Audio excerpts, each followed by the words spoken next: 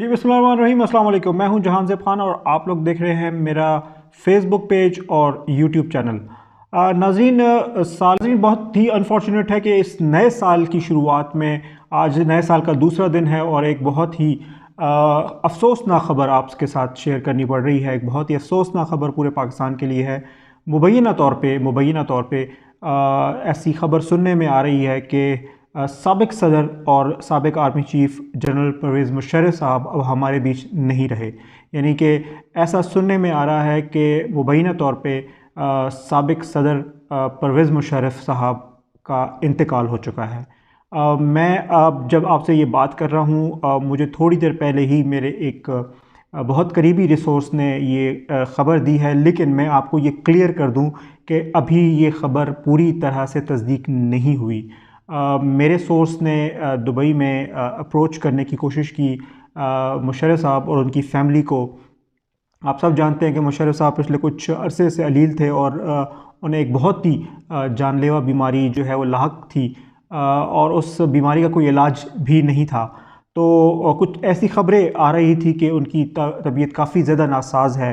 तो मैंने अपने एक सोर्स से रिक्वेस्ट की कि वो वहाँ जाकर इस चीज़ को ज़रा देखें कि मामला क्या है।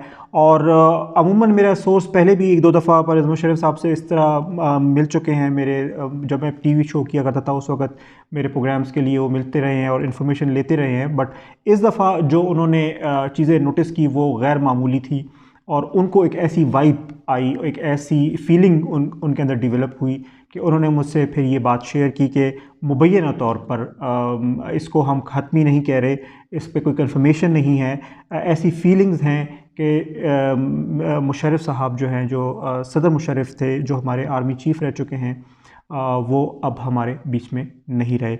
वजह क्या बनी है? वजह हम सबको मालूम है कि परवेज़ मुशर्रफ साहब पिछले कुछ अरसे से इंतहाई अलील थे। और अगर आप में से कुछ लोग नहीं जानते तो 2018 में उनकी तबीयत बहुत बुरी तरह से गिरने लगी थी। उनकी उनकी जो सेहत थी वो बहुत बुरी तरह से मुतासर होना शुरू हो गई थी। और 2018 में वो उन्होंने बेतहाशा टेस्ट करवाए, यूएई के अंदर बहुत सी जगहों पे वो गए, उन्होंने टेस्ट करवाए, मगर किसी को भी इस बात की समझ ना आई।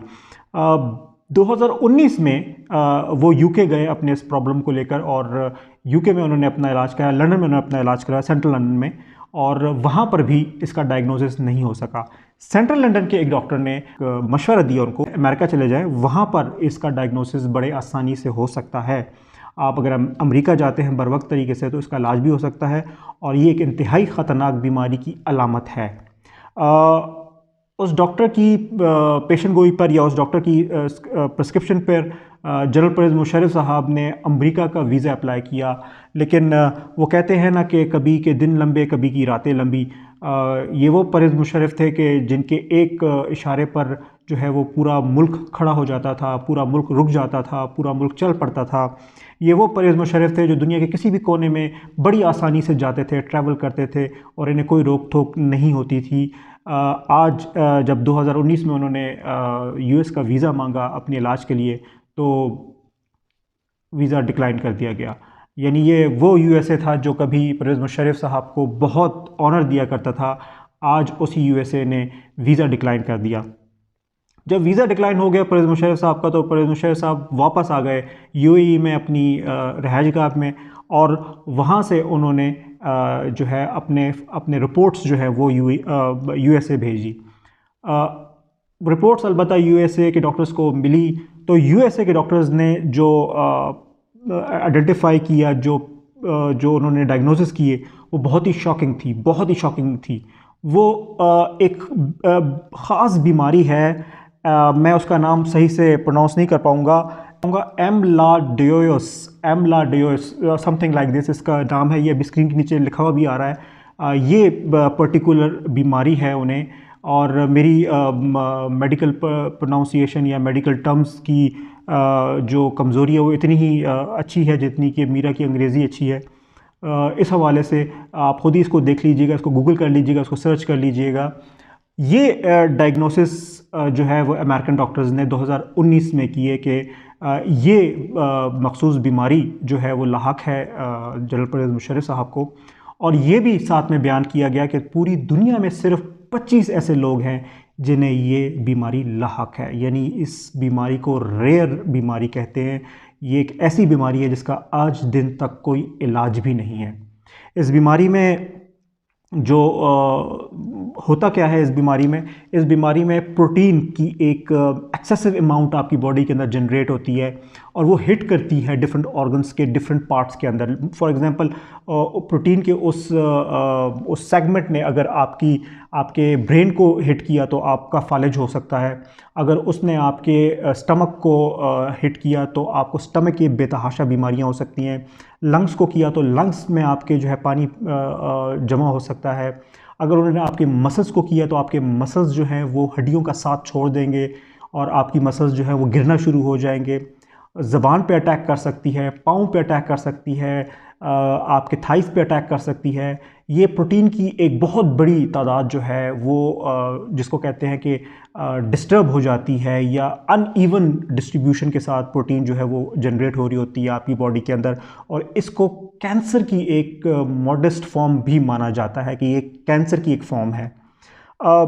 ऐसे में जो एरियाज़ हिट हुए परवेज़ मुशर्रफ साहब के, वो उनके मसल्स थे, उनकी जितने भी मस्कुलर्स थे वो हिट हुए, उनकी ज़बान हिट हुई, उनके पाँव हिट हुए हैं, उनकी बैकबोन हिट हुई है, उनके गुर्दे हिट हुए हैं इसके अंदर। और इस वक्त जो परवेज़ मुशर्रफ साहब की हालत है 2022 में जो उनकी हालत थी वो इंतहाई तफ्तीशनाक हो चुकी थी। उनके तमाम बॉडी के पार्ट्स काम करना बंद कर चुके थे और जल्द है वो लटकना शुरू हो गई थी। उनके गुर्दे काम करना बंद कर चुके थे, उनकी ज़बान बंद हो चुकी थी, वो बात नहीं कर पाते थे, वो सिर्फ आंखों के इशारे से मूवमेंट्स करते थे। तो जब इसका इलाज डायग्नोसिस किया गया तो उन्होंने बताया कि ये लाइलाज है, इसका इलाज नहीं हो सकता। बहरहाल एक ट्रायल मेडिसिन के लिए आपको ट्रायल इंजेक्शंस के लिए जो है उन्होंने रिकमेंड किया कि परवेज़ मुशर्रफ साहब जो है वो ट्रायल इंजेक्शंस लेंगे। ये ट्रायल इंजेक्शंस जो एडमिनिस्टर किया जा रहा था वो यूके में करवाया जा रहा था, क्योंकि यूएई के डॉक्टर्स को नहीं मालूम था कि इस इंजेक्शन को कैसे एडमिनिस्टर किया जाता है। इस इंजेक्शन को एडमिनिस्ट्रेट लगाने का एक प्रॉपर तरीका था। ये आपकी बोन मैरो में लगाया जाता है। ये इंतहाई तकलीफ़ दे प्रोसेस है, इंतहाई तकलीफ़ दे प्रोसेस। अल्लाह ताला हम सबको इस मूजी मर्ज से बचाए।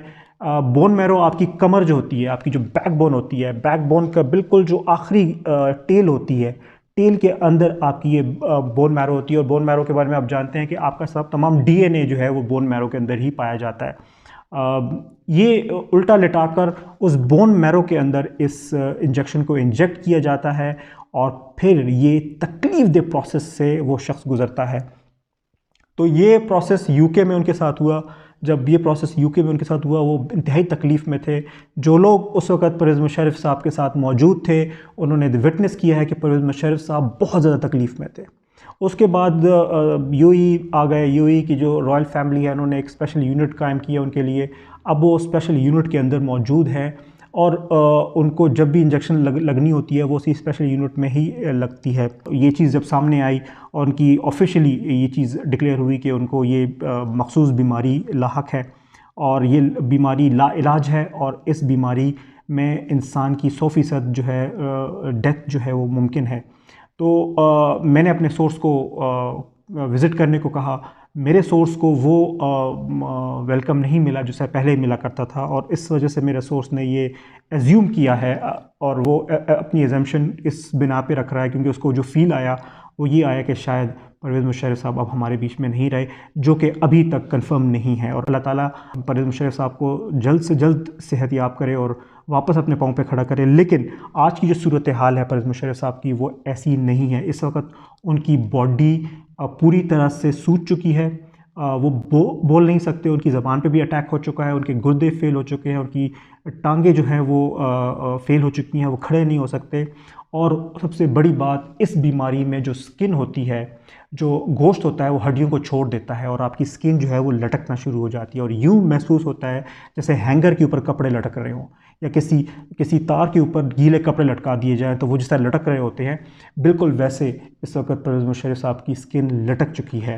अल्लाह ताला उनको सेहत दे। लेकिन ये लम्हे फ़िक्रिया है उन तमाम लोगों के लिए जो अपने आप को अनटचेबल समझते हैं, आज की तारीख़ में भी जो समझते हैं कि उनसे बड़ा खुदा कोई नहीं है।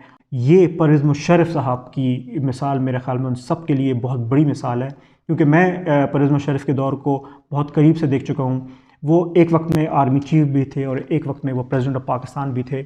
उनके पास जितनी ताकत थी वो आज की तारीख़ में किसी भी आर्मी चीफ के पास नहीं है, या किसी भी प्राइम मिनिस्टर या प्रेसिडेंट के पास नहीं है।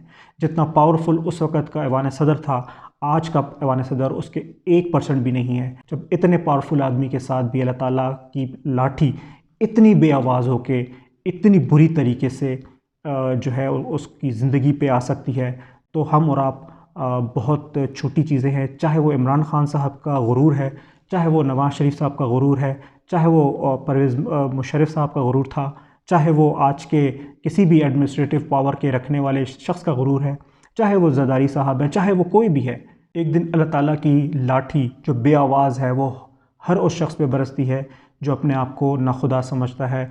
और फिर वो शायर कहता है कि तुझसे पहले जो शख्स इस तख्त पे तख्त नशीं था, उसको भी अपने खुदा होने पे इतना ही यकीन था। तो ऐसा ना हो कि आज की तारीख़ के जो खुदा अपने आप को अनटचेबल समझ रहे हैं, उन पर भी अल्लाह ताला की रस्सी मज़बूत हो, और खुदा ना खास्ता उनके साथ भी ये हो। परवेज़ मुशर्रफ की सियासी गलतियाँ, आइनी गलतियाँ अपनी जगह पे, मगर वो एक बहुत ही दबंग, बहुत ही दलेर शख्स थे। वो एक बहुत ही अच्छे नरेटर थे, बहुत ही अच्छे स्पीकर थे, और पाकिस्तान को उन्होंने बहुत बड़ी बड़ी जगहों पे बहुत खूबसूरती से रिप्रेजेंट किया है। हम सब की उम्मीद है और हम सब ये दुआ करते हैं कि वो ख़बर जो हमारे कानों तक आई है वो गलत हो, और हम सब ये दुआ करते हैं कि परवेज़ मुशर्रफ साहब दोबारा से सेहतयाब होकर अपने पाँव पे खड़े हों। तब तक अपने और अपने इर्द गिर्द रहने वालों का ख्याल रखिएगा। पाकिस्तान पाइंदाबाद।